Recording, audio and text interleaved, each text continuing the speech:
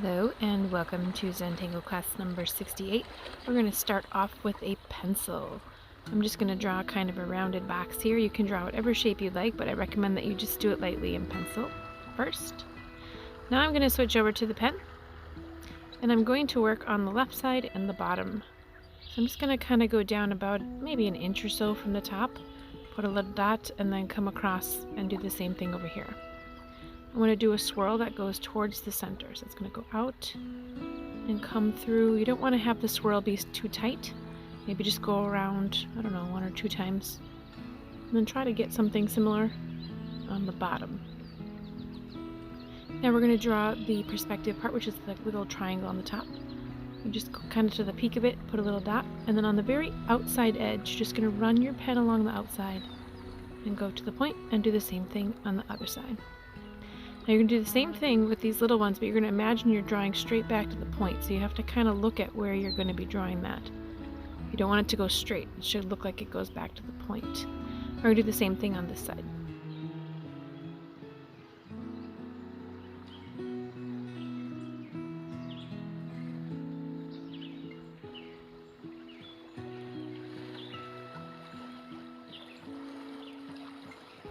Great. And now I'm going to finish off doing the outside border. So this is the first design. It's kind of just a little like curled edge paper type of thing, and then we're going to draw a pattern inside. So I'm just going to finish off this piece here to kind of create my section. And then I'm going to kind of do a border. This is completely optional, you don't have to.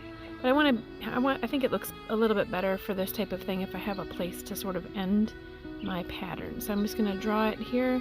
It kind of curls a little bit as it goes under those little swirls, and then this part here is just going to be straight. You kind of want to keep your spacing the same. As you can see, mine is not, but that's alright. So now I'm going to go back and erase all of my pencil lines, and then we're going to go on to pattern number 2. Of course, this doesn't have to be a square, by the way. You can do this in a rectangle. You can have just one fold or one curl, whatever it is that you want.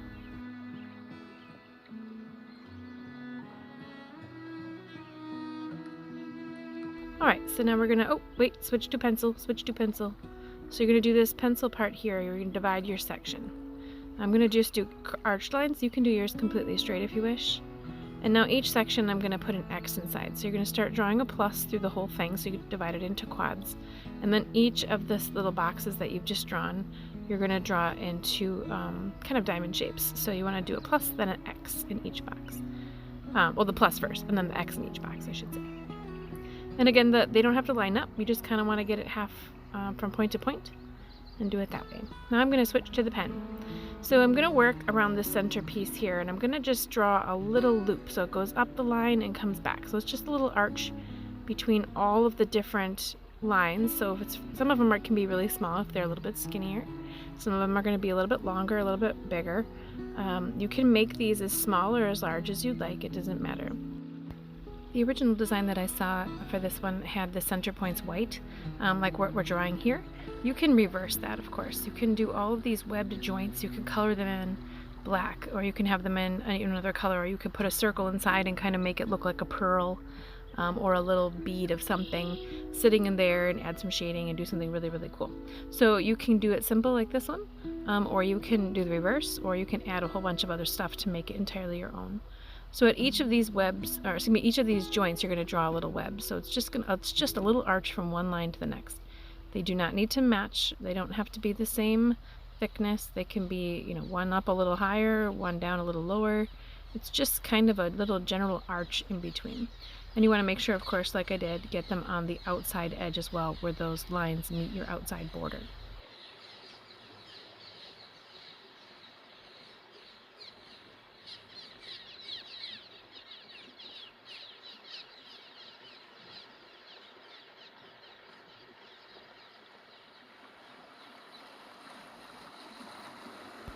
Now I'm going to go through and I'm going to draw over the pencil line that I drew my original lines and link all these little web pieces together.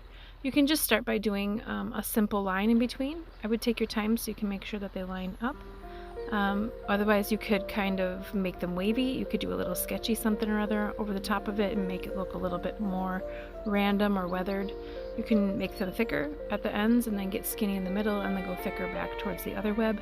It's entirely up to you how you want to create these little links in between.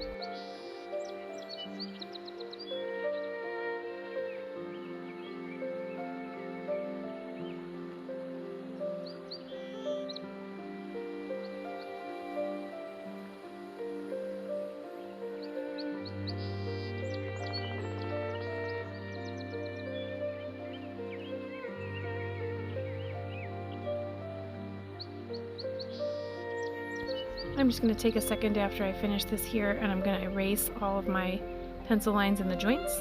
That's something you can wait till the end for. It's entirely up to you when you do that.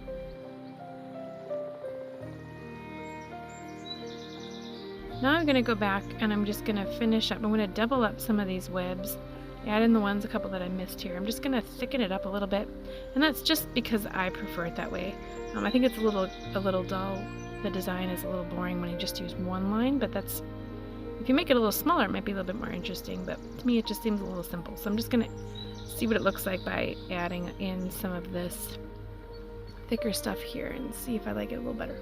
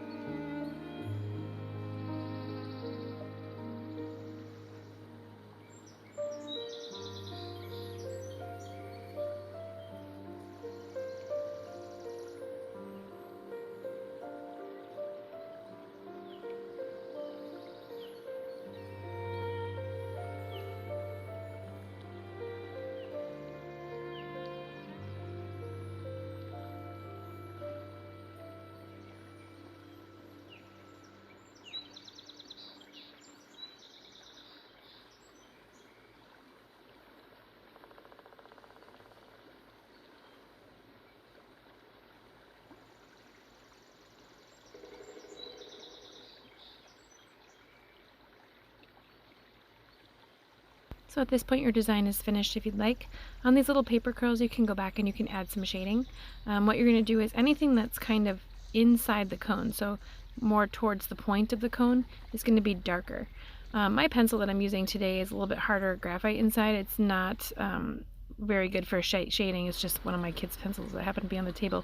So if you're going to do some shading, I would use a softer pencil or even your artist pencils if you have any of those to kind of get a good shade line there. But you just want to kind of do right along the top arch and then down each side of the curl, kind of underneath it a little bit, but not the entire thing will be shaded. You're going to have some white areas kind of like where the top of the paper is. So I'm going to kind of do this inside curl here and a little bit on the inside of that. The very top piece of this inside curl. It's going to be white-ish. So you can kind of figure out, play with that, see how you like it for the shading, and then do the same thing on the other side.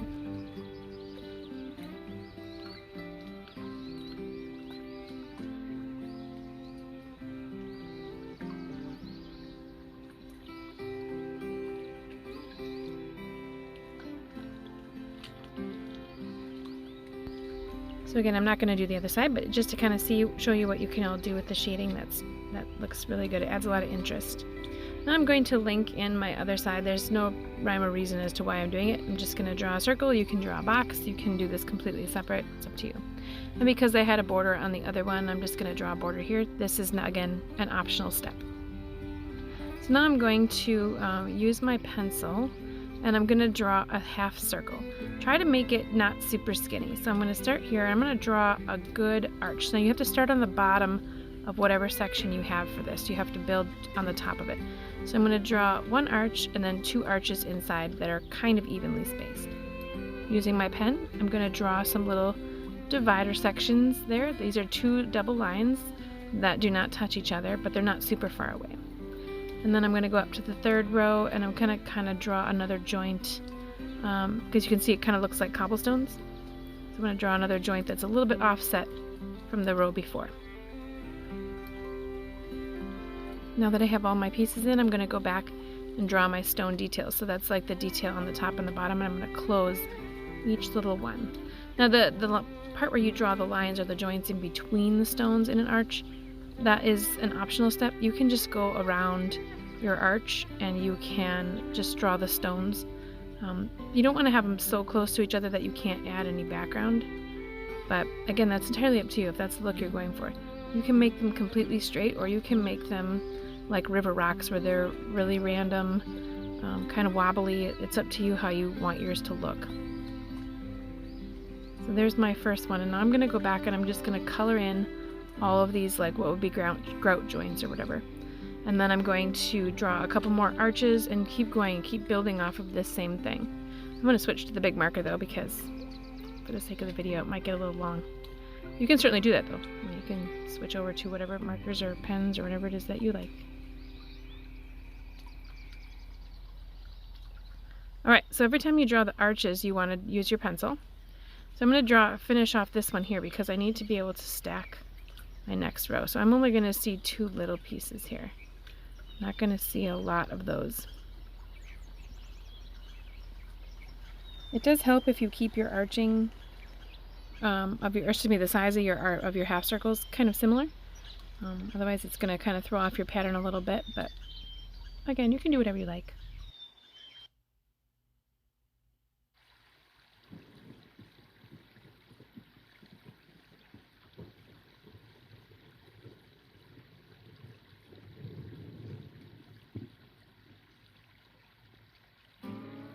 So I essentially have my first row done now. I'm going to take my pencil and I'm going to draw the next row. So I'm going to go from the top point of one arch to the point of another. Again, trying to keep my spacing or my height of each arch similar. So I'm going to fix this one a little bit and then draw the arches inside.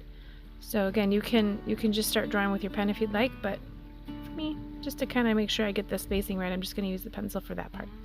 Now I'm just going to go back and I'm going to start doing it what I call the lazy way or the easy way. I'm just going to start drawing my cobblestones off of these little points. And I'm going to work my way all the way to the top.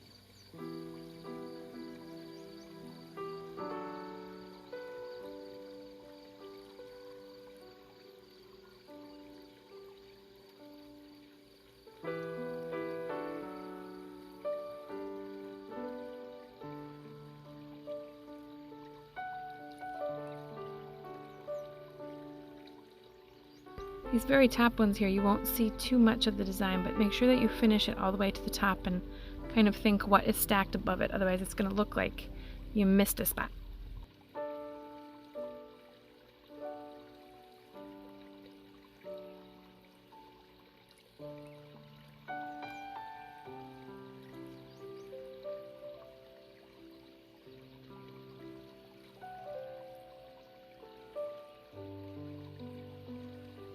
Alright, so that looks fantastic. Again, you can leave this exactly how it is if you're not really big into shading. If you want to add a little drama, a little interest, you can go ahead and add some shading.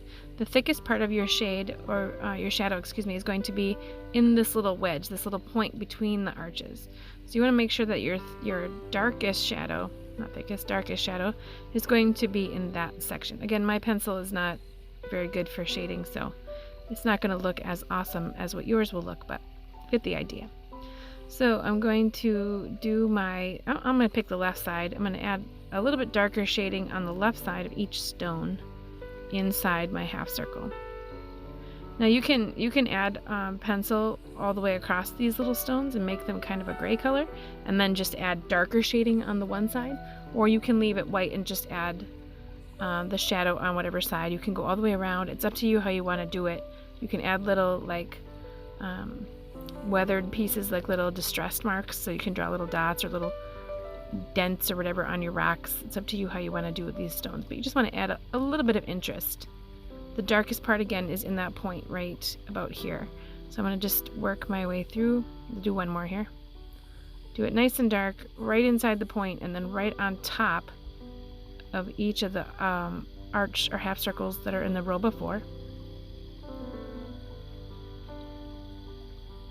And then I'll go back and add a little bit of shading to each of my stones.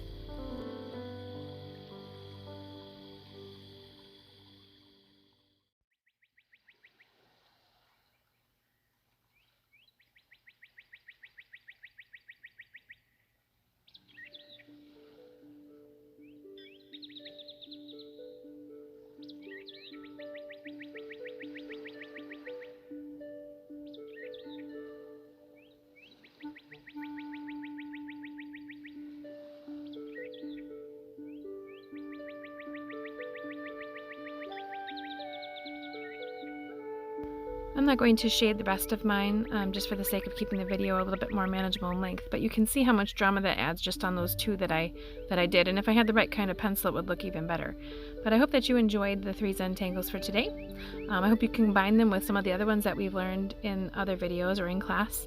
We do have live class in August on the 12th and the 26th. Otherwise we will be doing virtual tutorials every single week here on our YouTube channel or on the Facebook page. I hope you have a fantastic weekend, and I'll see you again next week. Bye-bye!